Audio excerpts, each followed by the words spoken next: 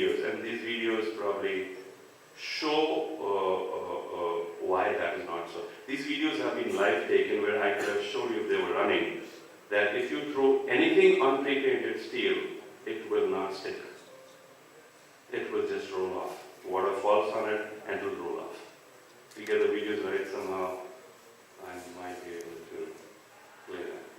So that's the first presentation, why more zinc. It's a very bold step to take. There's a huge zinc lobby. They invest millions of dollars in lobbying for increasing the usage of zinc. But make no mistakes, these lobbies don't run your organizations. And when the export tax came, who suffered? The lobbies or you.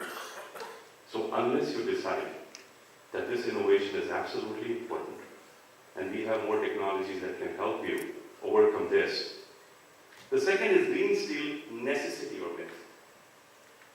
We have brown steel because we do a lot of carbon emissions. So green steel necessity. What is coal gasification? Coal gasification is a great process for this country because of the quality of coal that we have. It's a process by which coal is converted into a syngas. It is burned in the absence of oxygen. Syngas is nothing but a combination of carbon monoxide, nitric oxide, sulfur dioxide, and a lot of hydrogen.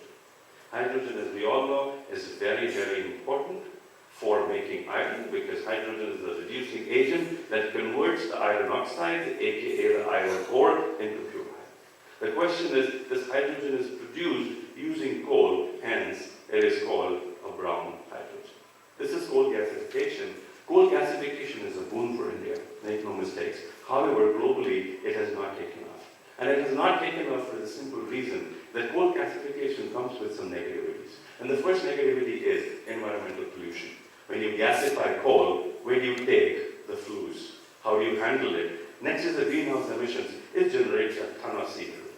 So when it generates a ton of CO2, you're becoming more carbon positive in terms of generating carbon dioxide. Waste disposal is a problem. It's limited to low calorific coal. It should not be used for high calorific coal because then you are diminishing the properties of coal. And last but not least, water. But for India, it is the second best technology till we go to something called green steel. SSAB, Svenska Stål AB, steel company that announced its plan to go completely green in terms of manufacturing steel. And that goal is formed by 2026. In 2020, what Saab did was, they said, we will invest about $50 million in a pilot project where we will make green hydrogen out of the flue gases that come out of the steel plant. And using that process, we will create green steel. A $50 million probably would have given them 50,000 tons of production. And trust you me today, they are sold out for the next 5 years for whatever they produce. Now here is very important, a lot of people will talk about cost. Is $50 million to produce 50,000 tons steel a humongous capital expenditure? It is not. And I give you an example. 10 years back, solar power cost in excess of 10 rupees a unit. Today it costs less than 2 rupees a unit. Toyota Mirai is a car that runs on hydrogen fuel cell in California, not today, for the last 5 years. I own a Toyota Mirai. It has a tank of hydrogen with a capacity of 5.5 kg, in which you can fill hydrogen, 5 kg, and there are hydrogen fueling stations in California. In a full tank of hydrogen, this gives me about 506 kilometers, to be precise, converting from miles to kilometers. Average cost of hydrogen today is $7. So the average cost is $7. What is the cost per kilometer? The cost per kilometer is less than rupees 6. Assuming your car gives you 12 kilometers average, and the gasoline you buy is 100 rupees a kg, what's the average? Now, is gasoline going from rupees 100 to 150 or is coming down to rupees 50? But for sure, hydrogen will come down from $7 to what they call a 111 parity. It will be less than $1. Which is less than $1, can you imagine what we're saying now? Is it a necessity or a myth? The future is green hydrogen.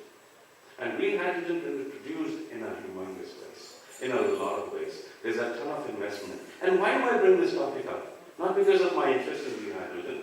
It's because the government of India, out of great wisdom, has embarked on a magnanimous project.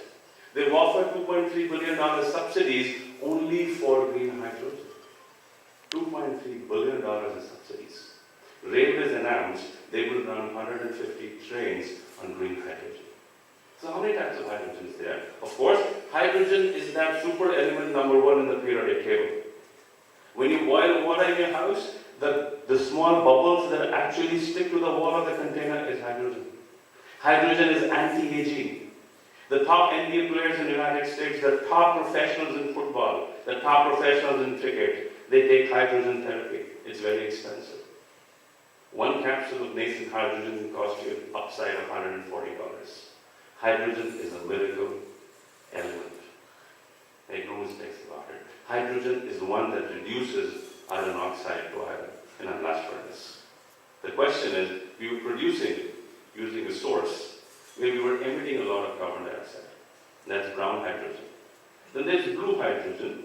We can use natural gas and produce hydrogen. But then that hydrogen also produces carbon dioxide.